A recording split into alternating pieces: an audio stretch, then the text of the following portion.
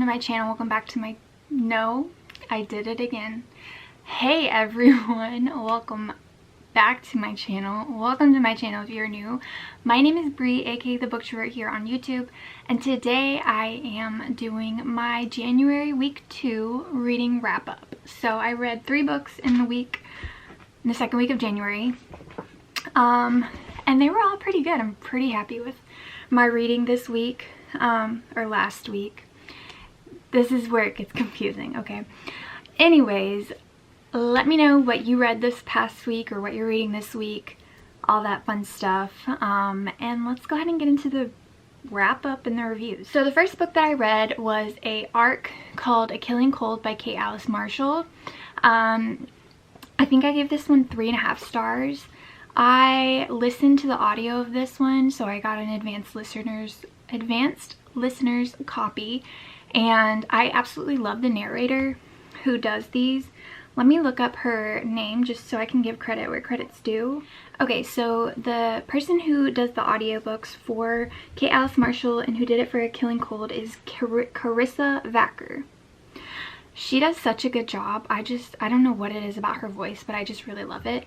So yeah, this is basically following the story of a girl who goes to her fiance's family's like house that they live in, like the mountains, like very rural, like they own a lot of land. They're very rich. I'm already doing such a good job at explaining this.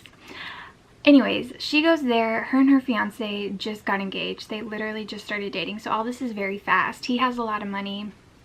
She doesn't, but she doesn't care. She's not with him for the money. And this turns into quite a twisty ride because she also came from a family that she was adopted into who did not treat her very well.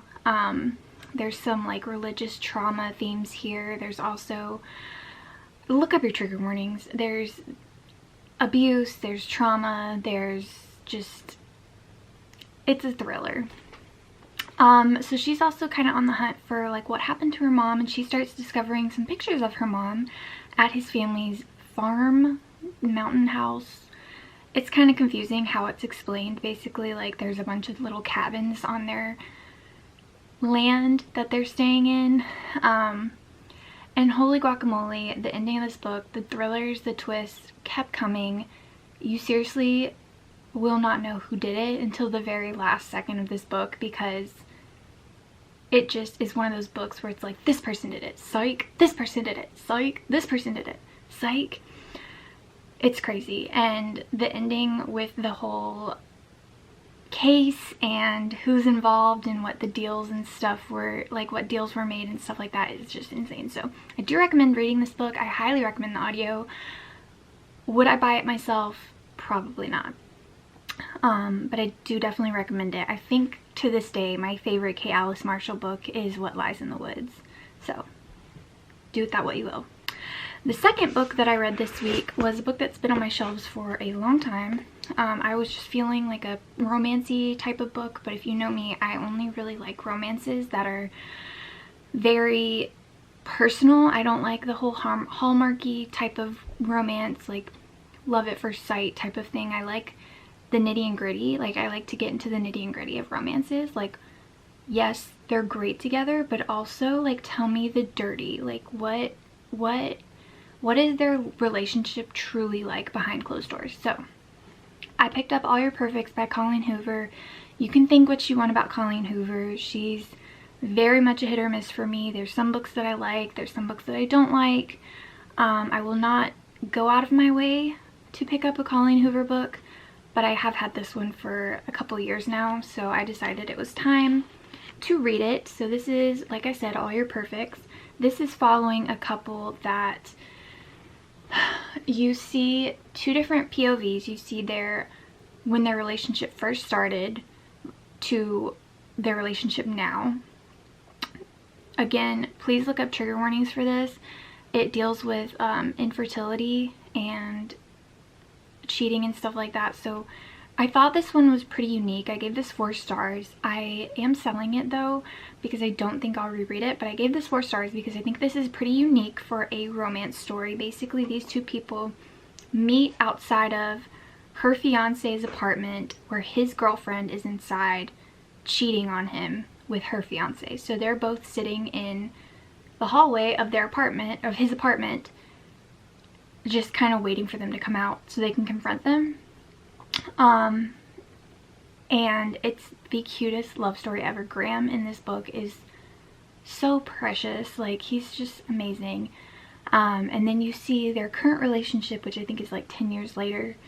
So they've been together, married and stuff for 10 years, and it's just falling apart. And you kind of figure out why. Will they get back together? Can they fix this? Is it a lost cause? So it's just a really sweet love story, and I thought it was really unique. It kept me turning the pages because of the then and now type of situation that this book had going on. So I do recommend reading this. Please be careful with your trigger warnings. If infertility is something that you do not want to read about, I totally understand that. However, I do think this dealt with it in a delicate kind of way. However, it is Colleen Hoover, so there could be something that I'm missing that is maybe controversial. But I gave this 4 stars. It is listed on my Pango now if you're interested in it. My Pango is always listed down below. And then the last book that I read this week was Brother by Ania Ahlborn. This book was so good. I gave this book 5 stars. This is a horror thriller book following Michael and this kind of family that lives out in the woods. They're very, I don't want to call them inbred because I feel like that's not what they are, but they live off of the woods, and girls that go missing on the highway somehow end up here. That's all I'm gonna say. The plot twist in this was insane.